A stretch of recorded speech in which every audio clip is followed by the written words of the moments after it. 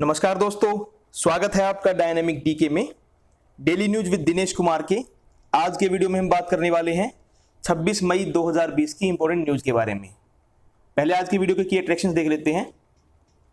हमारे आज की वीडियो में airports authority of India, BSNL, food corporation of India, CBSE, Indian council of medical research तथा international Olympic committee जैसी संस्थाओं का जिक्र आया है। तो मैंने इन्हें अलग कलर में एक ब्रीफ से इंट्रोडक्शन के साथ हाईलाइट कर दिया है। तो इनके बारे में जानने के लिए और वीडियो के लास्ट में कवर किए गए इंपॉर्टेंट और इंटरेस्टिंग स्टैटिक फैक्ट्स को देखने के लिए वीडियो को लास्ट तक जरूर देखिएगा। चलिए शुरू करते हैं वीडियो को। देश में 2 महीने के अंतराल के बाद घरेलू यात्री विमान सेवाएं कल फिर से शुरू हो गई। हमने अपने कल के और परसों के वीडियो में भी इसको कवर किया था। इससे देश के विभिन्न भागों में फंसे हजारों लोगों को बड़ी राहत मिली है। हमारे नागरिक उड्डयन मंत्री जो हैं हरदीप सिंह पुरी, उन्होंने ट्विटर पर फ्लाइट राडार 24 से लाइव वीडियो साझा करते हुए कहा कि आज से देश में घरेलू विमान सेवाएं फिर से शुरू होने पर भारतीय आकाश बहुत ही व्यस्त दिखाई दे रहा है। नागरिक उड्डयन प्राधिकरण यानी कि एयरपोर्ट्स अथॉरिटी ऑफ इंडिया, उसके सख्त विनियमों के तहत दिल्ली से पहली उड़ान पुणे के लिए कल सुबह 4:45 पर रवाना हुई। दिल्ली में पहली घरेलू यात्री उड़ान अहमदाबाद से सुबह 7:45 पर पहुंची। दिल्ली हवाई अड्डे से अब तक लगभग 80 उड़ानें रद्द की गई। सभी निर्धारित वाणिज्यिक यात्री विमान सेवाएं प्रधानमंत्री नरेंद्र मोदी द्वारा 25 मार्च को नेशन वाइड लॉकडाउन की घोषणा के बाद बंद कर दी गई थी। बढ़ते अगली खबर की ओर। केंद्र ने चक्रवाती तूफान अम्फन से प्रभावित वेस्ट बंगाल के इलाकों में कल राहत और सामान्य स्थिति बहाल करने के कार्यों की प्रगति की समीक्षा की। हमें पता है कि वेस्ट बंगाल और ओडिशा में इस तूफान से कुछ तबाही मची है। हमारे कैबिनेट सचिव राजीव गौबा ने की अध्यक्षता में राष्ट्रीय संकट प्रबंधन समिति की बैठक हुई थी। श्री गौबा ने सलाह दी कि बिजली लाइनें पूरी तरह ठीक करने, दूरसंचार सेवाएं बहाल करने और ड्रिंकिंग वाटर की जो सप्लाई है उसे फिर से शुरू करने को प्राथमिकता दी जानी चाहिए। उन्होंने कहा कि केंद्रीय एजेंसियां राज्य की आवश्यकता के अनुसार सहायता उपलब्ध कराने को तैयार हैं। राज्य की मांग के आधार पर अनाज का पर्याप्त स्टॉक तैयार रखा गया है और प्रधानमंत्री ने राज्य सरकार के लिए 1000 करोड़ रुपए की राशि जारी की है। कैबिनेट सचिव ने बताया कि नुकसान का आकलन करने के लिए केंद्रीय गृह मंत्रालय शीघ्र ही एक टीम वहां पर भेजेगा। इस बीच NDRF और SDRF यानी कि नेशनल डिजास्टर रिस्पांस फोर्स और स्टेट डिजास्टर रिस्पांस फोर्स की जो टीमें हैं, उनके साथ सड़क परिवहन फिर से खोलने के कार्य में मदद के लिए कोलकाता में सेना को तैनात किया गया है। वेस्ट बंगाल के जो चीफ सेक्रेटरी हैं, उन्होंने राहत और सामान्य स्थिति बहाल करने के लिए उपलब्ध कराई गई सहायता पर केंद्र को धन्यवाद दिया है। राज्य के तूफान प्रभावित क्षेत्रों में बिजली और दूरसंचार सेवाएं फिर से बहाल करने को प्राथमिकताएं दी जा रही हैं। ज्यादातर क्षेत्र में दूरसंचार सेवाएं बहाल कर दी गई हैं, लेकिन कुछ क्षेत्रों में बिजली की लाइनें अभी तक पूरी ठीक नहीं हो सकी हैं।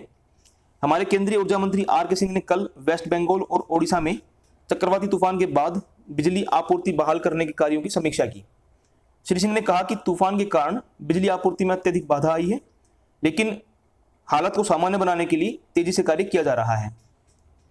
हमारे संचार और सूचना प्रौद्योगिकी मंत्री रविशंकर प्रसाद ने कल दूरसंचार सचिव, BSNL के अध्यक्ष, वेस्ट बंगाल और ओडिशा के मुख्य महाप्रबंधक दोनों राज्यों में टेलीफोन सेवाएं बहाल करने में तेजी लाने को कहा है। श्री प्रसाद ने कहा कि सेवा बहाल करने उसके पूरे प्रयास किए जा रहे हैं, लेकिन बिजली आपूर्ति बहाल करने और गिरे हुए पेड़ हटाने जैसी समस्याएं बनी हुई हैं। उन्होंने स्थानीय प्राधिकरण के साथ मिलकर कार्य करने और सेवाएं बहाल करने के कार्य में तेजी लाने को कहा है। प्रधानमंत्री ने ओडिशा के समुद्री तूफान से तबाह इलाकों के लिए 500 करोड़ रुपए की अग्रिम वित्तीय सहायता की घोषणा की है। बढ़ते आगे, बात करते हैं मिनिस्ट्री ऑफ हेल्थ के बारे में।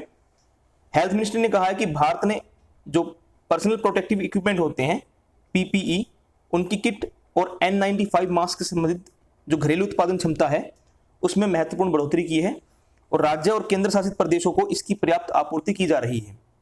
देश में अब तक 3 लाख से अधिक PPE किट और N95 मास्क जो है वो डेली बनाए जा रहे हैं। राज्यों और केंद्र शासित प्रदेशों और केंद्रीय संस्थानों को 111 लाख N95 मास्क और 74,48,000 PPE किट जो है वो दी गई हैं। तो कोविड-19 के उपचार के लिए इन दोनों चीज़ों की जरूरत होती है, पर्सनल प्रोटेक्टिव इक्विपमेंट की भी और N95 मास्क की भी। इन सुविधाओं में पर्याप्त संख्या में आइसोलेशन और ICU बिस्तर तथा अन्य सुविधाएं मौजूद हैं। बढ़ते आगे, सरकारी एजेंसियों ने परसों तक 341,56,000 टन गेहूं की खरीद की है, जो पिछले वर्ष की खरीद से 25,000 टन अधिक है। कोविड-19 महामारी और नेशन वाइड लोग खरीद में ये वृद्धि हुई है। देश में हर साल गेहूं की कटाई सामान्य रूप से मार्च के अंत में शुरू होती है और अप्रैल के पहले सप्ताह में खरीद आरंभ हो जाती है।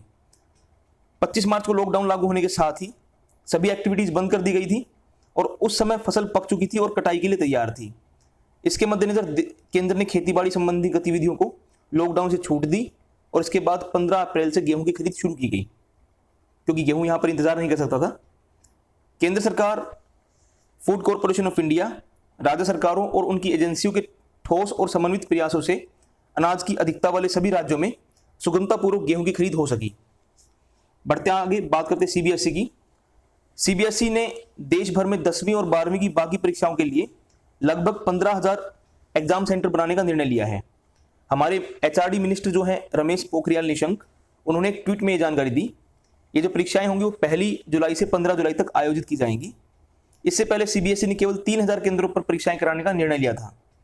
परीक्षा केंद्रों की संख्या बढ़ाने का निर्णय इसलिए किया गया ताकि सामाजिक दूरी सुनिश्चित की जा सके और छात्रों को परीक्षा देने के लिए ज़्यादा दूर ना जाना पड़े, तो इसे 5 गुना बढ़ा दिया गया है, खाली सोशल डिस्टेंसिंग को मेंटेन करने के लिए। हमारे मानव संसाधन विकास मंत्रालय ने पहले ही घोषणा की थी कि छात्र अपने नामांकित स्कूलों में ही परीक्षा देंगे। होम मिनिस्ट्री के जो गाइडलाइंस है उसके अनुसार कोविड-19 कंटेनमेंट जो जोन होंगे वहां पर कोई भी एग्जाम सेंटर नहीं होगा। इसके अलावा छात्रों को परीक्षा केंद्रों तक लाने के लिए ट्रांसपोर्ट की जो व्यवस्था होगी वो राज्य सरकार की जिम्मेदारी होगी।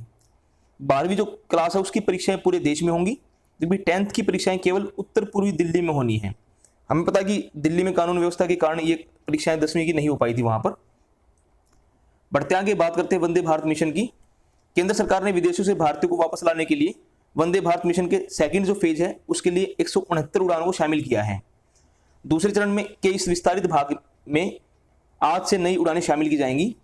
वंदे भारत मिशन के तहत खाड़ी देशों से सबसे ज्यादा उड़ानें संचालित की गई हैं तथा साथ ही विस्तारित कार्यक्रम में भी अकेले खाड़ी देशों के लिए लगभग 140 से अधिक उड़ानें संचालित की जानी हैं। इन नई उड़ानों के साथ वंदे भारत के सेकंड फेज में कुल उड़ानों की संख्या 429 हो गई है। खाड़ी देशों में फंसे नागरिकों की बढ़ती मांग और भारत में राज्यों में उपलब्ध पर्याप्त क्वारंटीन सुविधाओं के आधार पर ही इन नई विमान सेवाओं को वंदे भारत मिशन के दूसरे चरण में जोड़ा गया है। अतिरिक्त उड़ानों में संयुक्त अरब अमीरात से 81, सऊदी अरब और ओमान से 15, कुवैत से 14 और कतर से 11 तथा बहरीन से 5 उड़ानें शामिल हैं। इस महीने की 7 तारीख से शुरू हुए इस मिशन से लगभग 30,000 भारतीय अपने घर वापस लौट चुके हैं। दूसरे चरण में इस्तांबुल, लागोस जैसे नए गंतव्यों को शामिल किया गया है और अमेरिका और यूरोप के लिए उड़ानें बढ़ा दी गई हैं। दुनिया भर के 98 देशों में भारतीयों ने इस मिशन के तहत लौटने के लिए रजिस्ट्रेशन कराया है। बढ़ते आगे बात करते हैं इंडियन रेलवेज की। रेल मंत्रालय ने देश भर में 3060 से अधिक श्रमिक विशेष रेलगाड़ियों के जरिए 40 लाख से अधिक यात्रियों को उनके होम स्टेट में पहुंचाया है।